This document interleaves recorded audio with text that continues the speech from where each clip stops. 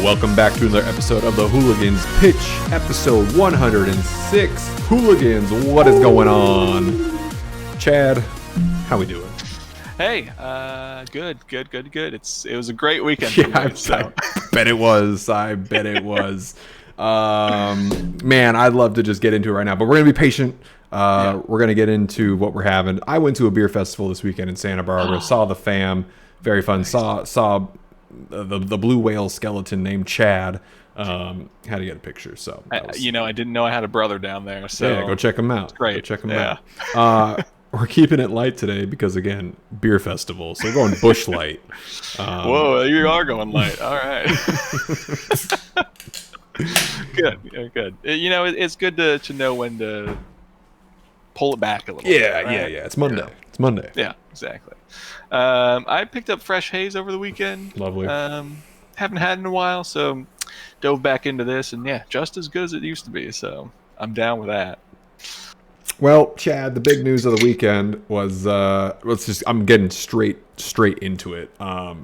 It was Liverpool and Man United. All eyes were on that game Sunday afternoon, and afterwards, the outcome, Liverpool lost, which we'll get into. But I told Kristen on the drive home, I said, I think this is the weekend that I'm going to wear the bag on my head for the podcast. And I was like, do we have any red bags? She goes, yeah, we got one. And we get home, she goes and grabs a bag, and it's a plastic grocery bag. And I was like, I don't think I'm going to wear this. It's like, I don't want to die on the podcast. Yeah. But I get it. And she was like, oh, I didn't realize you'd be wearing it for a little bit. And I was like, yeah. That's not going on my face. But just imagine if I had a bag, it would cover my whole body. That's how I think that day went for me. Like the, almost like the sleeping bags that zip up all the way. Except full like red spandex bodysuit. Wrap me up in it. Set me out to dry. That was a rough day, rough outing. We all saw the XGs. Liverpool with I think the real count that I saw on FB Ref was 2.8. Want to fact check me? 2.6. United had 1.3. Yeah, so that hurts. That hurts a lot. And XGs again, I think XGs can tell you a little bit of what's going on. But if you watched that game and saw how much Liverpool were hitting the post, it just every time just broke my heart. And to be fair, Man United had chances to score more than the two goals that they got.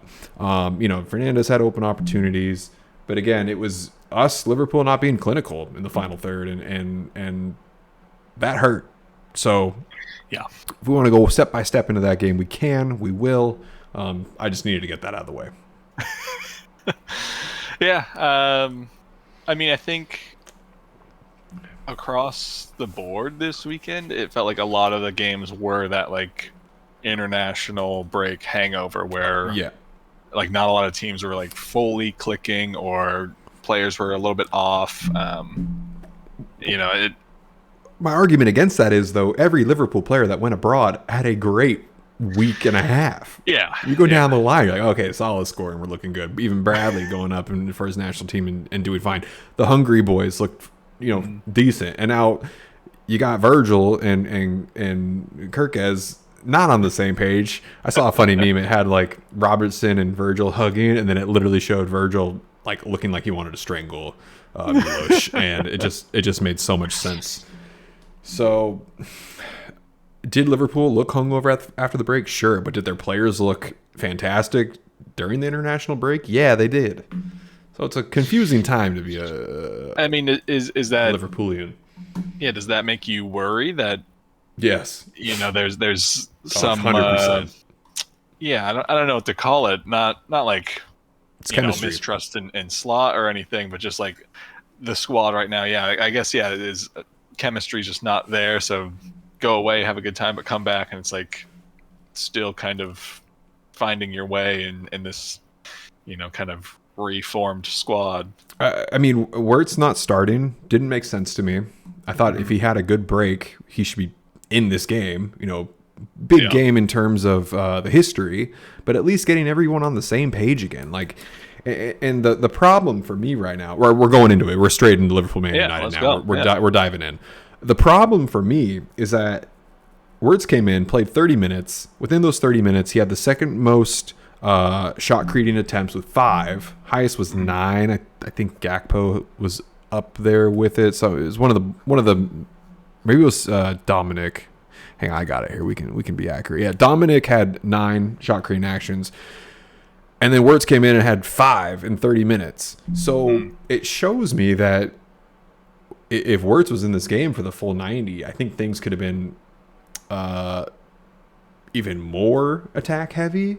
I mean, we see him when he's on the ball. If he's not scoring and assisting, which we all know he hasn't been, he's still doing a lot on the pitch to make his other teammates successful. Mm-hmm. And so to not start him, that didn't make sense to me. And then I immediately saw a huge shift when Ekitike came on and just going for it. He was not scared to just let it rip from, even if it was 30 yards out.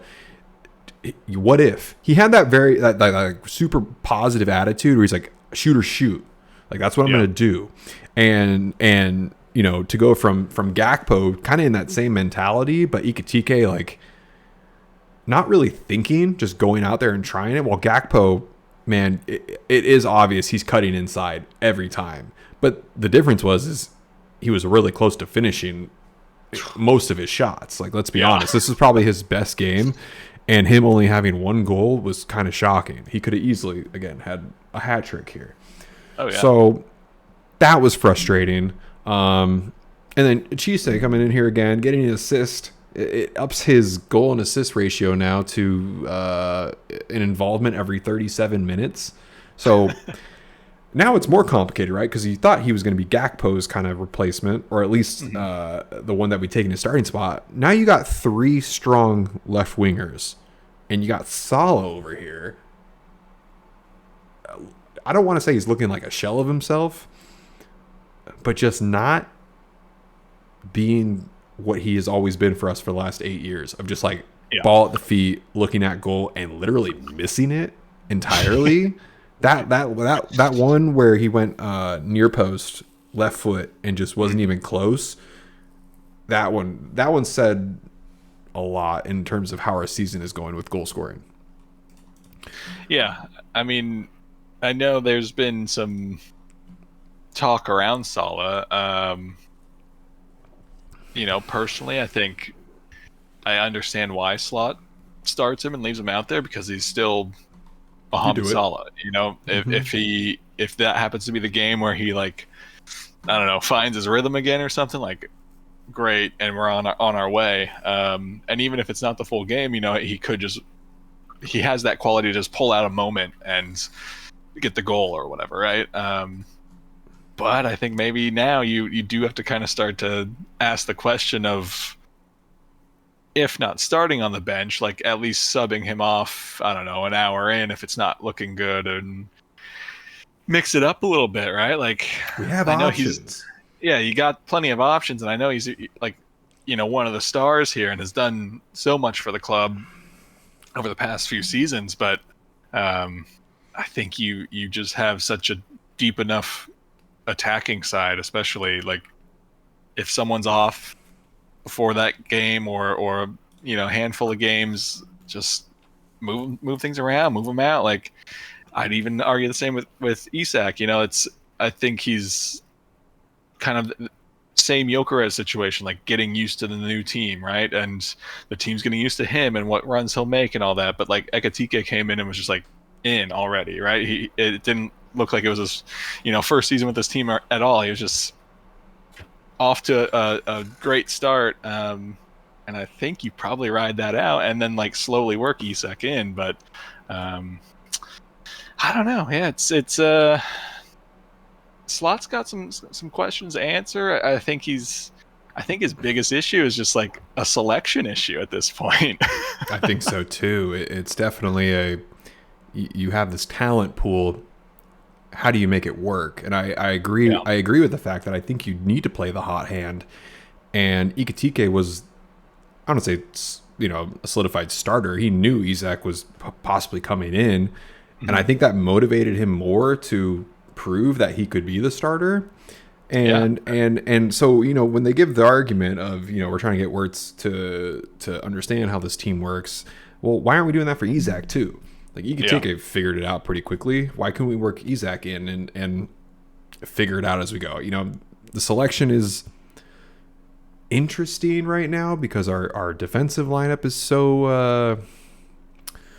I don't know, I'll say just not the same as what we've had in recent years, right? It's very slim, but we were playing Szoboszlai at right back and it was working. It's like, why don't we just go back to that? It didn't seem like he was offended playing right back in those games. If anything, he embraced it.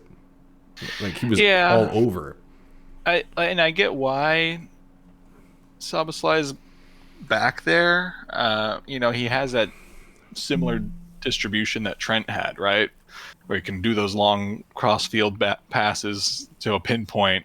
But I still think he's probably better up a little bit higher up the pitch, which has me questioning, like, I thought Frimpong was brought in to be a right back, but he seems, the times that I see him play, like, kind of come in late for Salah or like kind of, I know he's more attacking, but like kind of live more in that right mid role than like a right back, which is fine. I just, that's not the role I thought he was brought in to do. Our team has a beautiful problem where we have 8 attacking players on the pitch at any given point. Yes, Frimpong wants to play up. Kirkes wants to play up. Gravenberch wants to play up. He's great defensively. Not saying he doesn't want to be defensive, but he wants to press. Szoboszlai, same thing. McAllister, same thing. I mean, all these guys, we could have 8 in the box, and that's great when we have the ball 90% of the time. Which, in a way, against Man United that first half, I think the possession going into half was 59-41, and it showed. But when no one's finishing and it's kind of crowding the space, where does Salah find those little spaces to creep into? I wouldn't be surprised if that's an argument that Salah's trying to make. Is like, look, everyone wants to be where I am right now. How do you expect me to find the space that I've found in the past when I got Isak and Frimpong and Dominic all playing right on my back too? So, I mean, wouldn't Frimpong playing right back and working with Salah give him some of that opportunity to find the space, whether it's Frimpong, overlapping or underlapping Salah? They have to respect him. I mean, look at Frimpong when he came in here and put in a beautiful cross almost right away, So I think it's just... It's chemistry again. It goes back to chemistry. It's chemistry, and it's finding the right balance of 8 attackers and the rest of the team. But I think, like, 4 losses in a row sucks. No one ever wants to be in that spot. And of course, so many eyes are on Liverpool, having, been the champions and brought in these big names and spent so much money on them. So, of course, you get the, like, it has to pay back immediately, right? And it almost never does. It takes time to build it and just find out who you need where, I guess. And I think Slot will figure it out.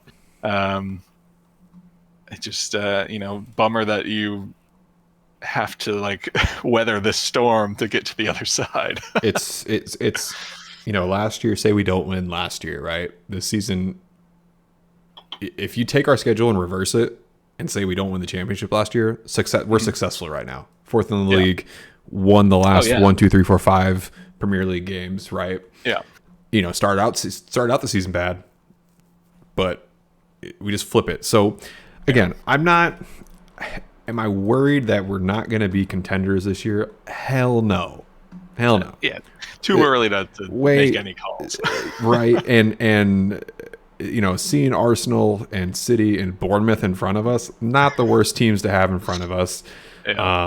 City went through growing pains last year too. It only takes one player on that team to go down, and the whole ship is sunk. Yeah. Like I can't imagine that team without Holland.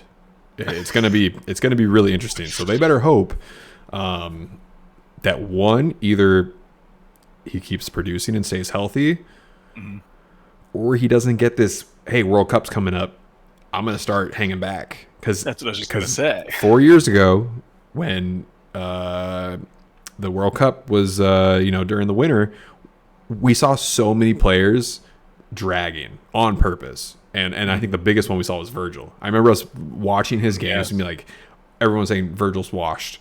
Like, look at him run. He's not doesn't have the same thing. And then of course in the World Cup, amazing. Comes back from the World Cup, amazing. To this day, he's still amazing. I'm just curious at what point in this season will players start to turn off? And if it's a tight race at the end, how much are they really going to give? Yeah, I mean, I think it's I think if you're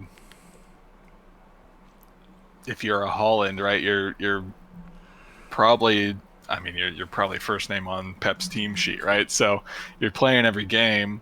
11 goals, 1 assist on the season. So yeah, you're playing great, but I think as you maybe hit the new year, your season ends, and then what? You have like 3 weeks or something until World Cup starts. So maybe you start to hold back a little bit just to preserve some energy, or So yeah, I think it'll be interesting to see players once the new year comes, and see who maintains their level, and who starts to pull back a little bit, or saves himself a little bit more. So now on the flip side, outside of Liverpool, Man United, of course, give them the weekend flowers. They beat Liverpool. Mm-hmm. They still weren't anything special to me in the way they played. Yeah, I would agree. Liverpool still had, stat-wise and on the chalkboard, a decent day. I think they outpassed Man United by 220 passes. I'm sure possession was probably around the 58-ish. Actually, you have that up? 63 to 37. That's what I'm saying. So like, this game was Liverpool's to lose. They found a way. Obviously, for Man United, you're stoked. We'll say it. You stole one. And, how many wins is that? 2 in a row now in the Premier League? 2 in a row. That guy with the hair, he's praying now. He can feel the scissors around him. Man United has Brighton, Forest, and Tottenham next. Oh, they're losing one of those for sure. Okay. This is where we can segue a little bit. Against Brighton, maybe, but this is where we got to get to Forest. Yeah. Because Forest now, third manager of the season coming up. Great. Ainge got fired after 39 days. The quickest turnaround for any Premier League manager in history. Mm-hmm. I think that 39-day tenureship will be like the highlight of this season, and everyone just going like, "Oh yeah, that happened." They had Ainge for like a month, and then they didn't because he didn't win a game. Yeah, we're gonna forget about it at some point for sure, and then it'll come up randomly later on in the season. How do you go from Nuno to Ainge, now to Dyche? Big Dyche Energy. Come on. You buying it? You buying the stock? I'll buy the stock that he can probably keep Forest up, because I think they're good enough to stay up, but I don't think it's anything like resurgent, find their form from last season. Well, here's what's interesting too is verbal agreement was between Dyche and Forest. Mm-hmm. They're signing him until June 2027. 2027. Oh. So we're going to get 2 full seasons with him. I was kind of surprised by that. I wonder if that's a Dyche thing, though. Like, he probably knows they don't really want him there past summer, right? You got to give me 2. Gotta give me 2, and then if he gets sacked, it's cool. He takes his money and runs. Now, it's a terrible when Sean Dyche gets brought up. For the people who don't know, it means your team is doing terrible and they need to do anything they can to stay in the Premier League. We've seen it with Everton. We've seen it with Burnley. how many years in a row. It was a silly amount. That's because he had the Bash Bros and Tarkowski and Ben Me. Shout outs. So if your team is getting Dyche, it means you're a little desperate and very much in trouble. Yes. Do you think Forest makes it out alive? I think they will. I mean, yeah, I think they will too. Their squad hasn't changed all that much from last season. It's just that you brought in a manager not tailored to that squad, and a manager that is unwilling to change his style of play, which we saw it his whole time at Tottenham. Wait.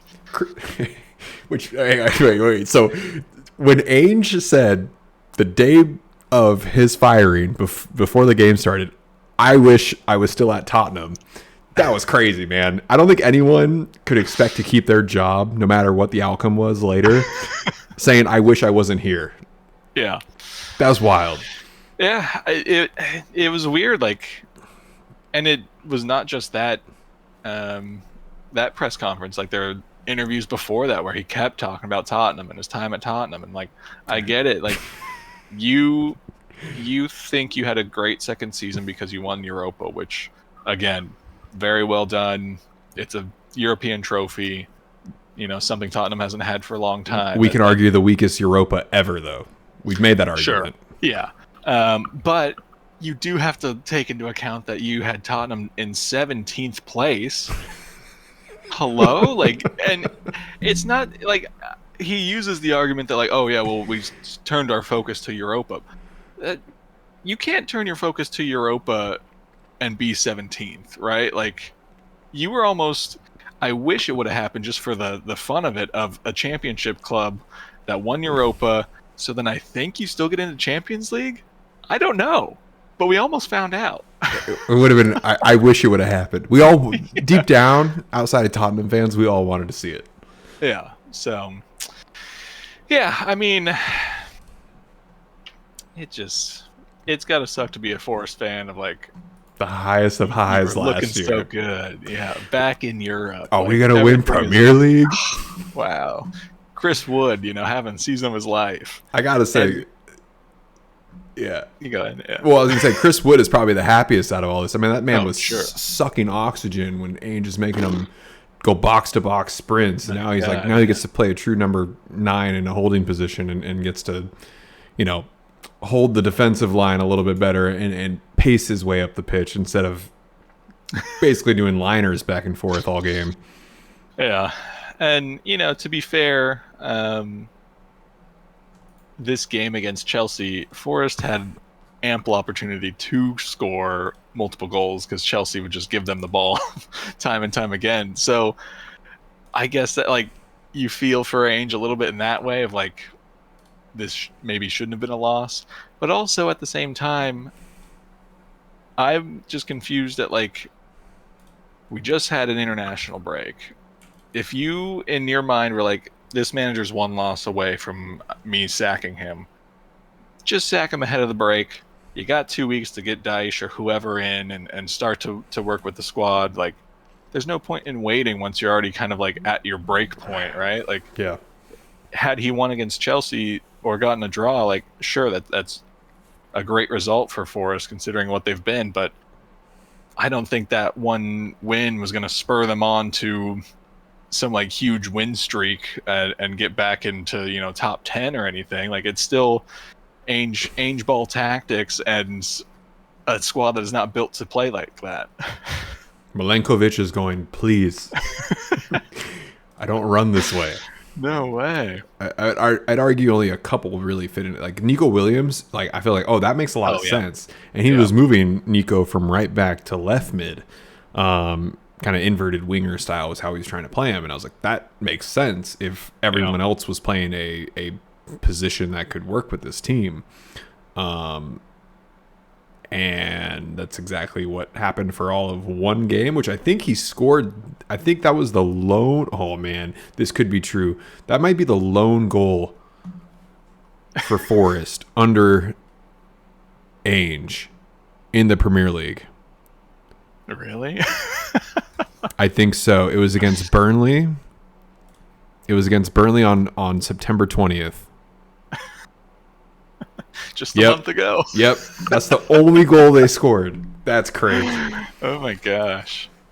But it says a lot. He got his player to do exactly what how his style is, and there you go. See, now they have a what goal differential? -10. -10.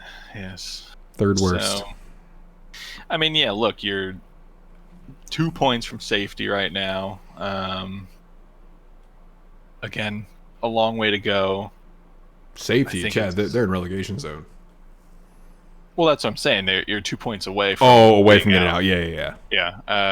But yeah, a long way to go. I think, if you should have just brought in Dyche at the start of the international window, but obviously this owner is not known for making great decisions. So he's got Olympiacos, man. That manager's jumping to Olympiacos, and now, do you think when this match ended? Did Ainge get to go back to the locker room, or was he immediately escorted out because he was already fired? I want the timetable here of when did this happen? Because there was a clip of the owner's box at 67 minutes, and he was not there. So that guy was probably storming down to the field and maybe waiting in the tunnel for Ainge with his bags packed, maybe to hand him as the game ended. I don't know. But there is a picture of the Forest owner standing pretty close to the dugout at the second half, like scoping down Ainge. So it's possible he literally, because we've seen that owner on the pitch before and kind of walking around. You can't miss him. He's a big dude. Yeah. So I don't know. I bet he got into the dressing room and probably said his see you later. I can't imagine how that conversation went, because he ain't saying, nice knowing you, see you next time. It's got to be incredibly awkward. No player probably wished him maybe have a good life, but not thank you for everything you did for us. No, yeah. There's no way. So. There's no way. So yeah, that was crazy. And I saw Roberto Mancini getting interviewed, which I would have liked that. I thought that would have been an interesting switch up for them. If anything, I think I might have liked it a little better than Dyche, because it showed they can still go for it a little bit. Dyche tells me you are playing it safe and just don't want to get relegated.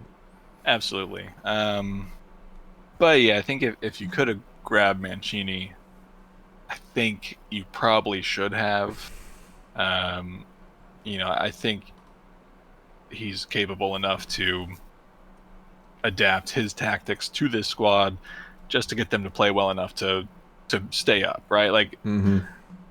Maybe he could do more with them. I don't know, but like you said, Dyche is kind of the last dice roll here of please save us.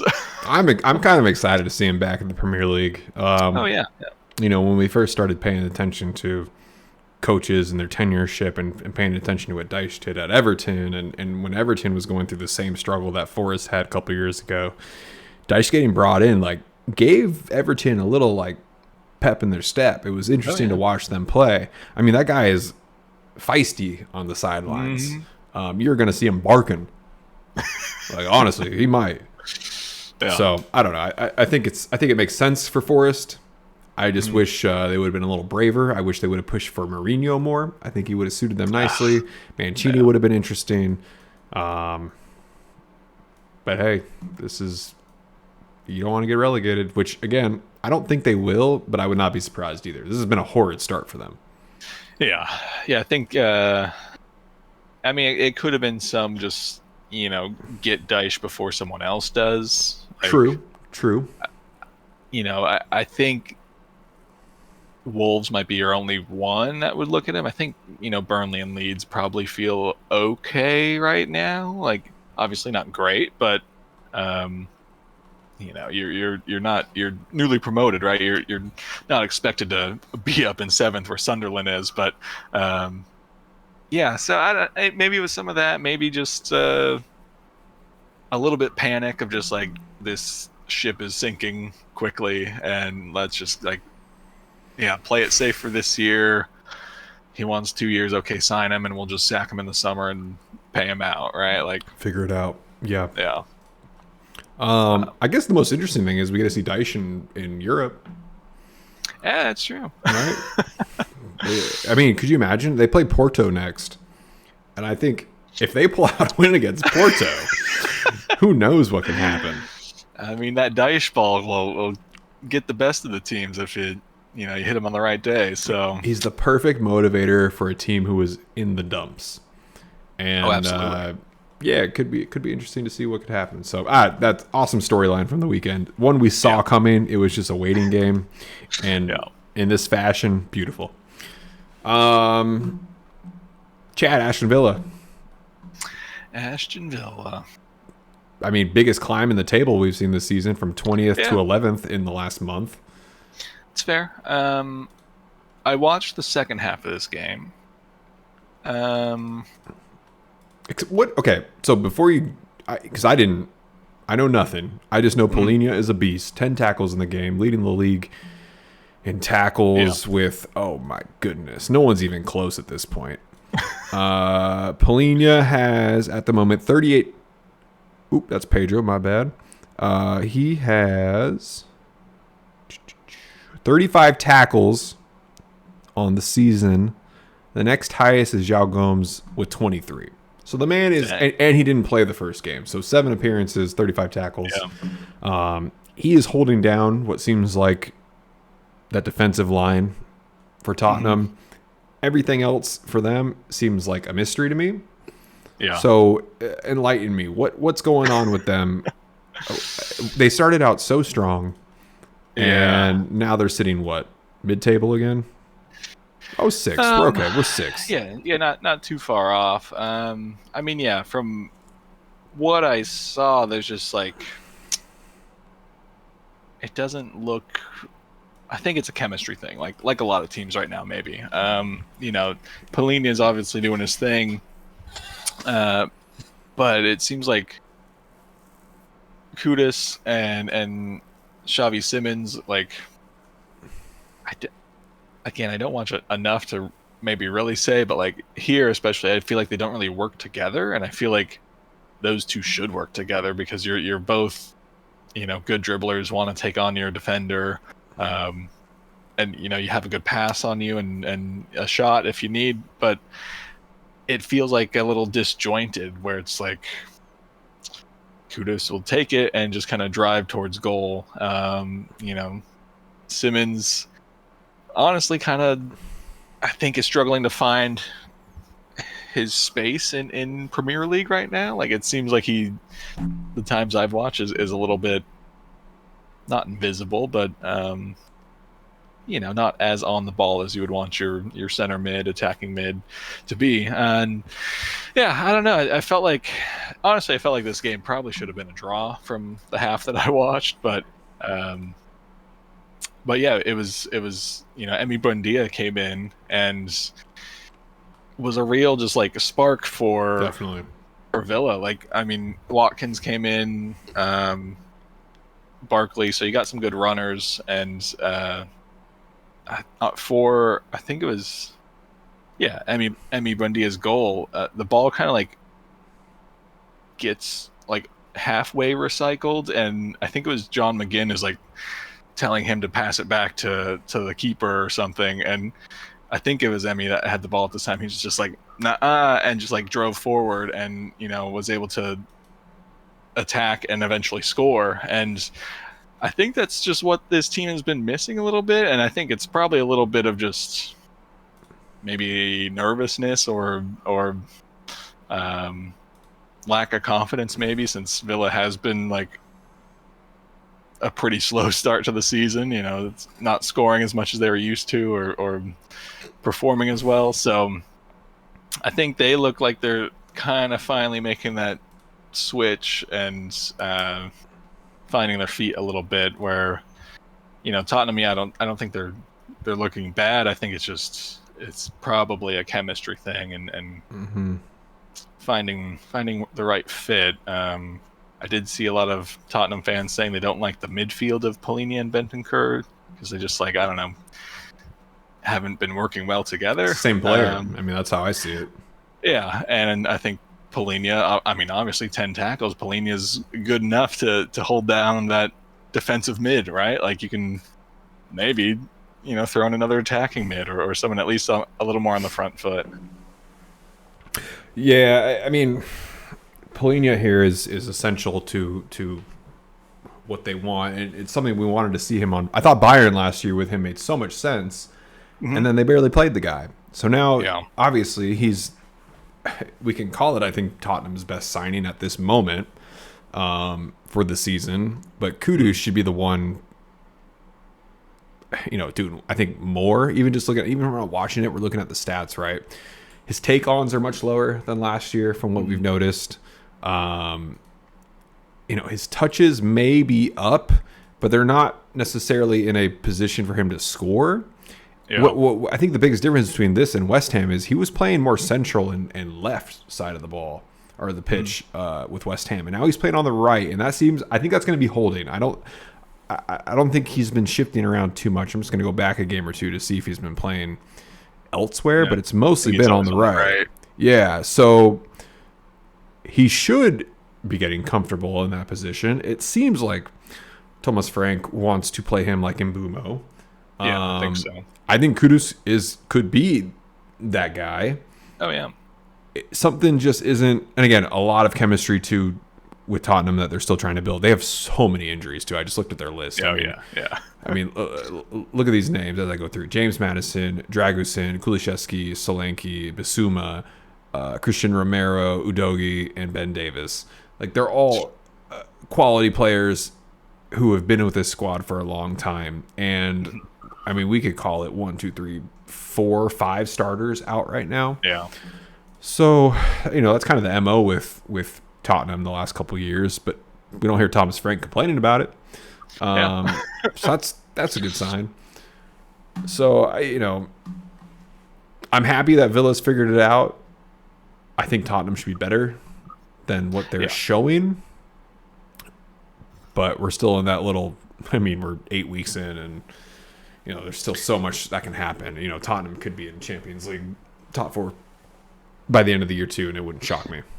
Yeah, absolutely. Yeah, I think it'll take time, but I think Thomas Frank is a good enough manager to get what he needs to get out of at least a few key players. And I think, I know Solanke's been out for a long time, but I think if he is back and can stay healthy, I think that'll be a great option for the crosses to play a little bit of that hold up play, and have Kudus run past him and just kind of offer something different, because right now it's like, this game was Kudus, Tell, and I don't know who was on the left, but Odebear. So, like, just 3 sprinters basically, right? Like, who really haven't played together that much this season at all. Yeah, that too. And really, all 4 of them are new to the club. Tell, came in at winter last year, but barely played. Yeah, so it takes time, but you got a real star in Polina there, so just kind of build that back line with Polina sitting in front, and I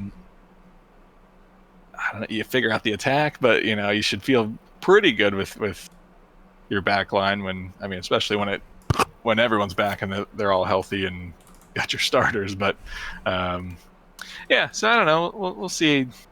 I think they'll progress. Like, I don't think it'll be a bad season, certainly not a 17th finish, but I think it'll take a little bit of time. Yep, I'm with you there. All right, we got a little time left here. Should we give out some flowers and talk about our most disappointing team this past week? Could be a couple. Flowers, Mateta, right? How could we not? Has to be. That game was, I kind of pegged it as being a fun game because, like, both teams are kind of on the up recently. They both, like, are kind of don't have that fear right now. They're just going into games and just playing. So it was a great watch, and it certainly looked like Palace was not going to show up for it, and then all of a sudden it just finally clicked, and Mateta's banging in 2 goals in 5 minutes, and there's penalty calls and everything going on, and that man nearly had his 4th. Should have had a 4th. What was he doing? He just got under the ball. Yeah, I think got a little too excited there. Eyes got big. As much as you are the striker and you kind of expect, to get the ball in those situations, I think that one was just so clear cut. Just was caught by surprise maybe. But I mean, hey, to be down 2, bring it back, and then give up a goal in the 89th minute just to tie it up in the 97th minute was fair enough, right? Both teams get a point. Fans had a great day. Yep. So. 10 shots for Mateta on the day. Man. Right? So that guy's working. This team I was doubting when Eze went away, and now it was kind of the next man up mentality. Who fills those shoes, who comes in and does the same thing, and Kamada, man, he's been pretty solid. I love watching Japan in the World Cup because it feels like they have so many players all over the world playing. And I say this, we look at Spanish players or French players or anyone in Europe, a couple of them usually are on the same team. Let's just take Bayern Munich, for example. How many German players are on that team playing for the national team, right? Yeah. But I feel like with Japan, there's so many National League players that we don't know that much about because they're all playing abroad and not together. Yeah. And then the energy that their fans have in the World Cup, raises the floor for them. My gosh, and so it's such a bogey team. So to see Japanese players in the Premier League, there's only a couple right now: Mitoma, Kamada, Endo. At least off the top of my head that I can name. Yeah, I think so. It's definitely the next man up mentality for Palace, and they're kind of filling in those shoes for Eze. My thing is just don't sell this team for a year and let's see what happens. Yeah. Please. Yeah. I think it'll be interesting to see what happens with Mark Guay. We know he's leaving. Jeez. Can you convince him to stay until the summer? I don't know. But I think that'll be a big... obviously it'll be a big piece and player to lose. So hopefully they're doing all their scouting and due diligence now, and almost even if he's leaving in the summer, I'd say try and grab someone in the winter just to start to bed them into the team and get ahead of all the other teams that'll probably be looking at this player. So but they just got to try a handful of years of just hanging on to your squad as much as you can. Obviously when bigger teams come knocking, some players will get their heads turned and all that, but you can't be the team that's always got the feeder team, right?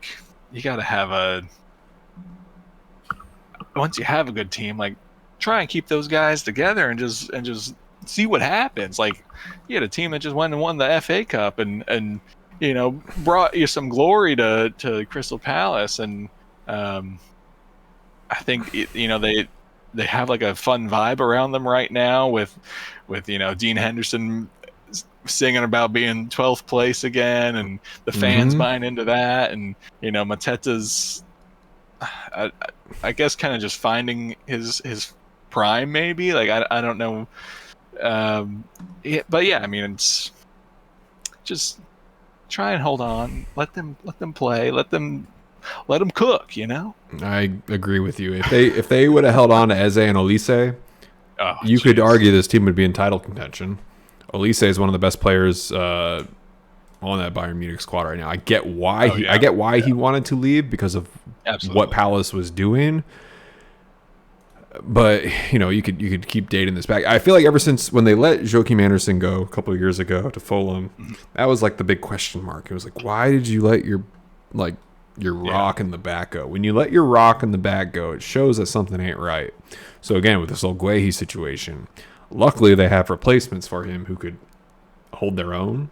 LaCroix, Richards, you got Muniz and Mitchell back there too. You need to find backups, but there's a positive light shining through on Palace right now, and they need to not let that light burn out, but also not give that light away. Yeah, absolutely. Especially with Mateta, man. I've been such a believer for so long, and I just know after a weekend like this too, teams are just gonna put that magnifying glass up to this team and say, "That's a good-looking striker there." Oh, absolutely. I mean, yeah, eight matches, 5 goals. Only Hattie, to preserve a point here. It's not a bad look, He's a dog, Chad. Yeah, gets in there and fights. Won the Olympics? No. I think so, right? Yeah, they won 2024 Olympics. He's got that gold medal. Yeah. And he got knocked out a couple weeks ago. Yeah. And he came back strong. Almost cut his ear off. Lost his ear. People forget that was only a couple weeks ago. Man, yeah, good stuff. All right, so that's the flowers. Now let's get to the fertilizer, Chad. Oh man, West Ham has given up 7 goals off of corners in the last 8 games, highest in the league. I watched this game today. I had it on and I was listening more so than watching. Mm-hmm. And the announcers were spot on. We're spot on. All our commentary is aligned. West Ham is bad. They don't have anything going for them. They keep rotating keepers. Areola comes in, tries to figure some stuff out. Hermanson comes in. It ain't working. You hear the names. I don't know why they signed him anyway, but you hear the names. You hear Paqueta on the ball, Bowen with a shot.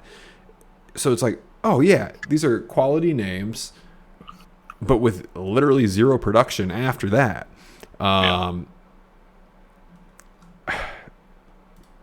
It's funny that this team hired Nuno, as we look at the whole Premier League bubble and where Nuno has been, and it's now Nuno has to now play this. I have to keep this team up from relegation. When last year he took a team to Europe and now he's no longer a part of it. It makes no sense. It didn't make sense to me why he'd want to go to West Ham when I think if he would have pressured Man United, he could have maybe gone there. You could name other teams that might have been struggling a little bit here and there where he could have got in. But West Ham has nothing going for them. I can't name one positive thing for them right now. Yeah. Can you? I think the one thing there's any. What's good about this squad? I mean, not. I was going to say not much, but honestly, nothing. I could keep rattling. Worst goal differential in the league. Most goals given up in the league. I guess they have the second lowest goals scored, 6. But then you got Wolves and Forest with 5. So it's not like you're miles away from them. I would argue West Ham is the worst team in the league, and when they play the Wolves can and possibly will beat them. Which, to be fair, the Wolves already beat them in the Caribou Cup. Oh, well, there you go. Yeah, I mean, Nuno's got his work cut out for him, obviously. Like, this team is I just don't really know what happens. Like, you didn't lose. I mean, you lost Kudus, but like, you didn't lose a whole team worth of starters, right? Like, you found a way to get some wins before with most of this squad. I don't know where they go from here. Like, I have a theory. Yeah. Their last manager was so forgettable, they forgot how to play soccer. And I'm going to ask you this, Chad. Who was their last coach? That is how forgettable he was. And don't worry, I had to look it up too because I said, what happened to this team? What could have sucked the soul out of them so bad? When I say it in about 10 seconds here, you're going to be like, that makes so much sense.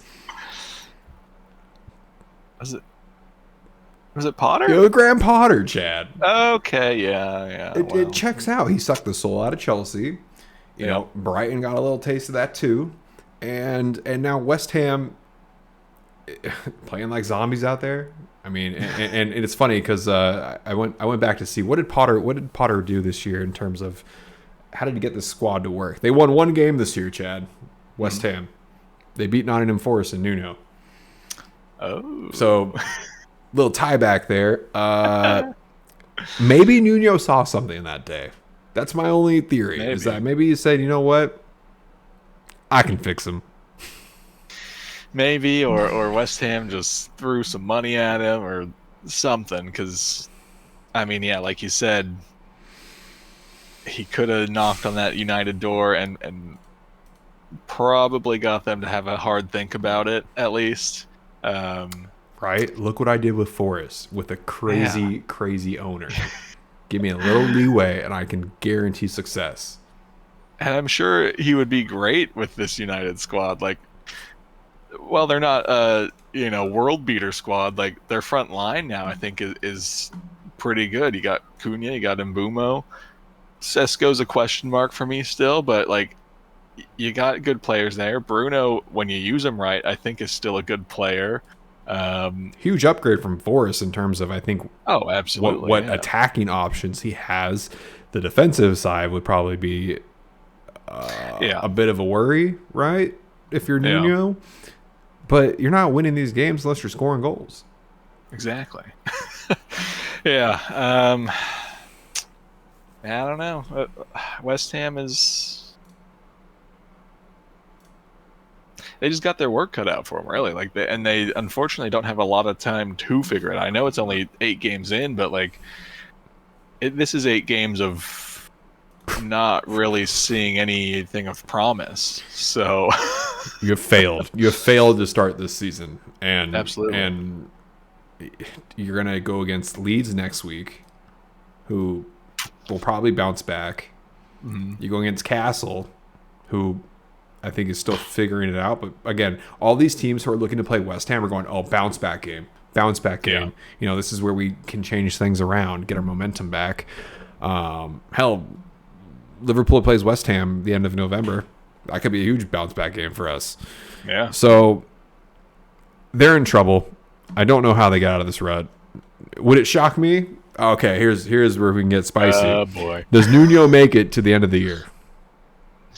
To the end of the year. I mean, the trajectory is showing that they won't improve. Yeah, I mean, well, you got to give him some grace, right? Because last game was Arsenal, which I think was going to... Brentford today. Yeah, well, yeah, but before that was Arsenal, which I think was Nuno's first game, right? I think so.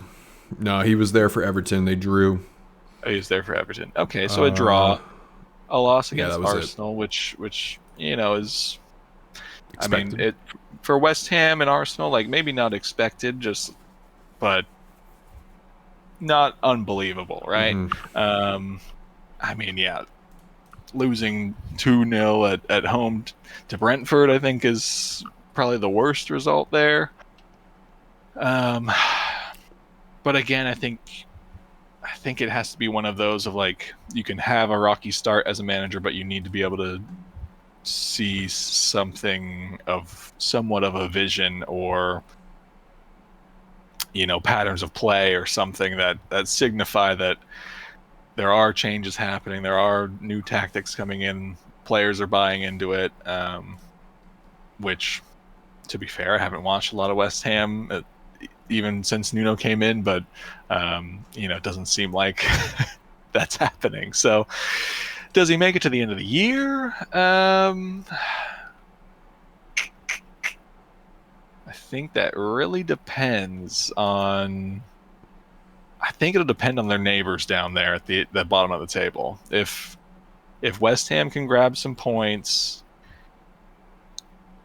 I think if they go into the new year at 18th and they're close to being out. I think they'll keep him around, but I think if they're 18th and lower, but the gap between 17 is like, I'm going to say 6 points, that's going to be enough for them to kind of, I mean, you can't get Dyche, but, pull some sort of emergency manager, like, please save us moment. I'll give you a new date. January 3rd, 2026. They play the Wolves.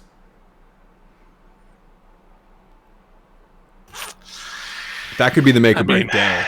That could be. So he just makes it. Yeah, my only worry with that is, like, which I guess either way, as we're talking about end of year, like, that Christmas holiday period is just so congested. For sure. So many games together. So it's like, if you go into that already kind of questioning the manager, it almost feels like the same as Forest with Ainge, where it's like, it's not an international break, but I don't know you can afford to drop points in like 3-4 games within like 2 weeks or whatever it is. Okay, new date. January 7th. West Ham versus Nottingham Forest. That's a sick back-to-back. That's good. That you could ideally, that those are games for you to handle it. Yeah. You just got to get there. Or shit hits the fan and you're losing both, and you're losing against your old club, and the owner on the other side is smiling with Sean Dyche fist pumping. Chris Wood just heading balls in all game. That's must watch sports TV right there. Yeah. I mean, yeah, I think if you let it get to that point, you lose both of those games, you might as well just start packing up for the championship, because I think you'll be too far gone at that point. Yep. Yikes. Yikes indeed. All right, Chad, you want to end it with Arsenal here? Yeah, I mean,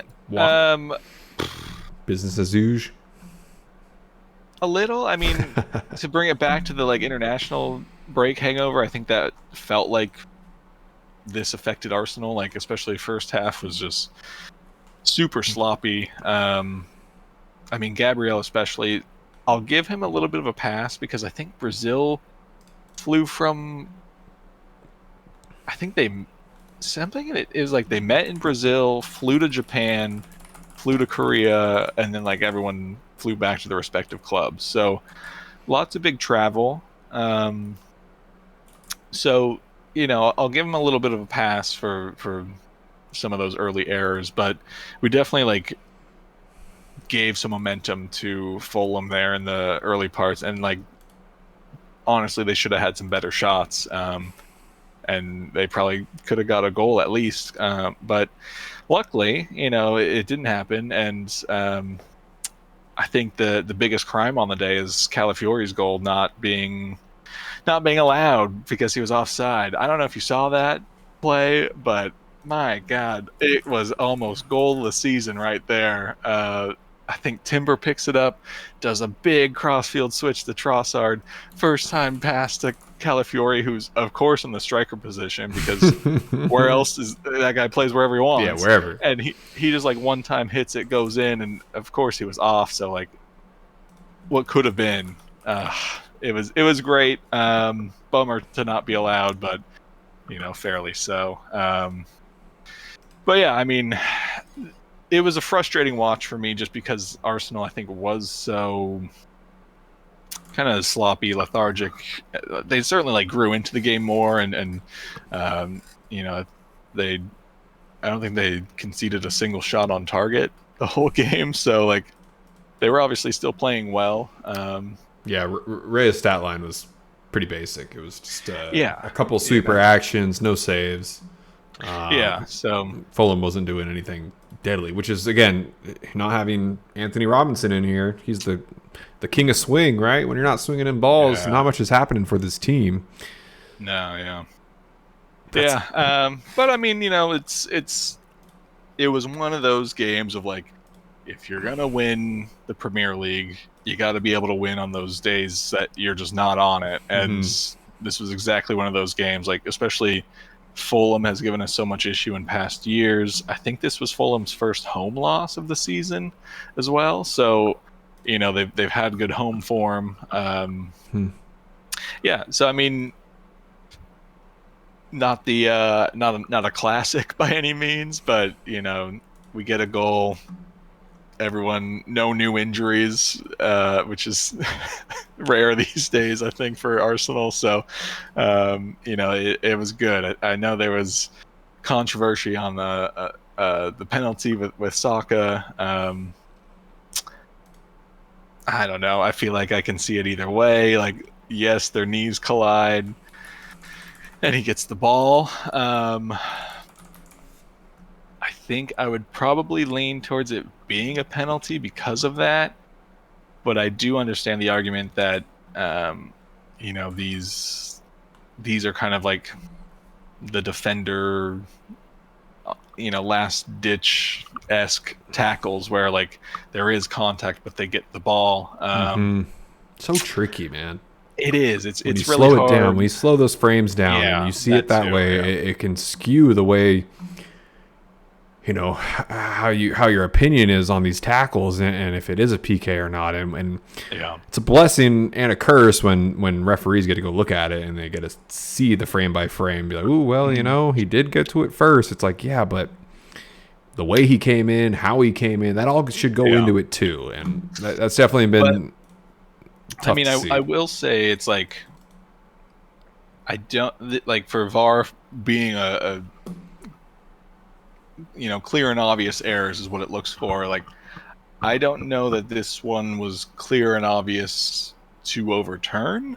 I think they need to figure out that line that they want to kind of set, because if this just plays out pre-VAR, penalty called on the field, it goes on, I think everyone's probably just on board with it. Like, it is a tackle that has contact in it first, technically, but it's I don't think it was enough.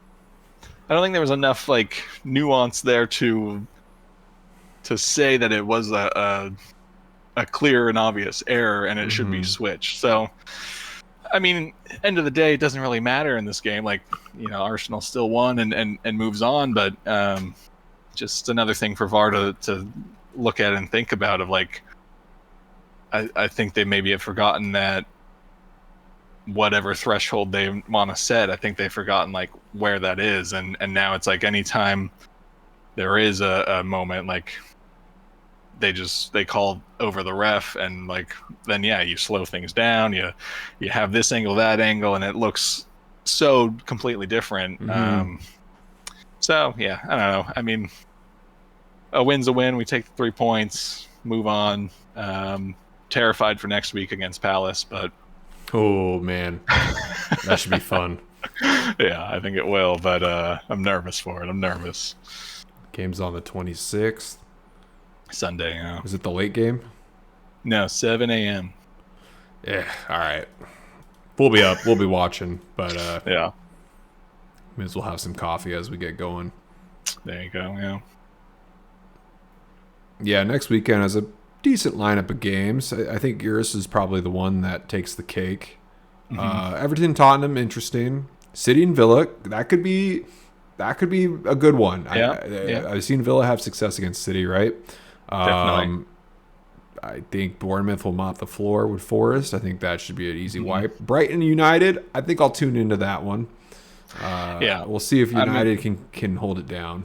I think it's maybe not there yet, but a little bit like all eyes on United right now. Like, yeah, prove it.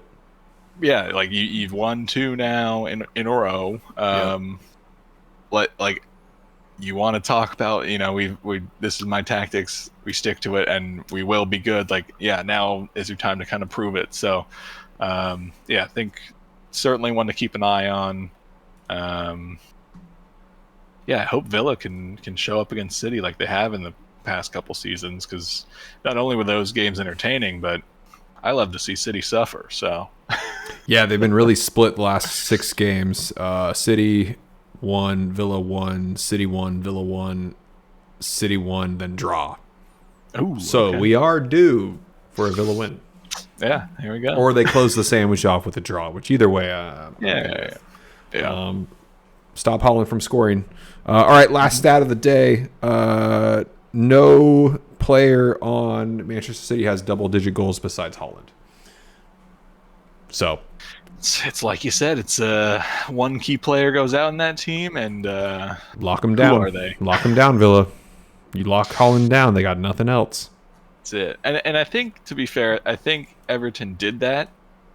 They just lost some concentration. No Grealish. And he was able to get in, and that's a bummer too. Like, they got to change that rule. I Hate mean, it. It's such a dumb rule. If you're expecting all these guys to be professionals, they should be able to play against their parent club even when they're on loan, because they're a professional. Yep. Obviously, they were not wanted at their parent club, so if anything, they probably want to go out there and prove more so to that club, right? So, yeah, bummer to not have Grealish in that. But yeah, I think if Villa can stay on Holland for the full 90, I don't think you have many more issues back there to deal with. Fingers crossed. Yeah. Get it done, Emery. All right, Chad. Solid episode, as always. Fun weekend of footy ahead. Until then, Hooligans Pitch. We're out. Peace.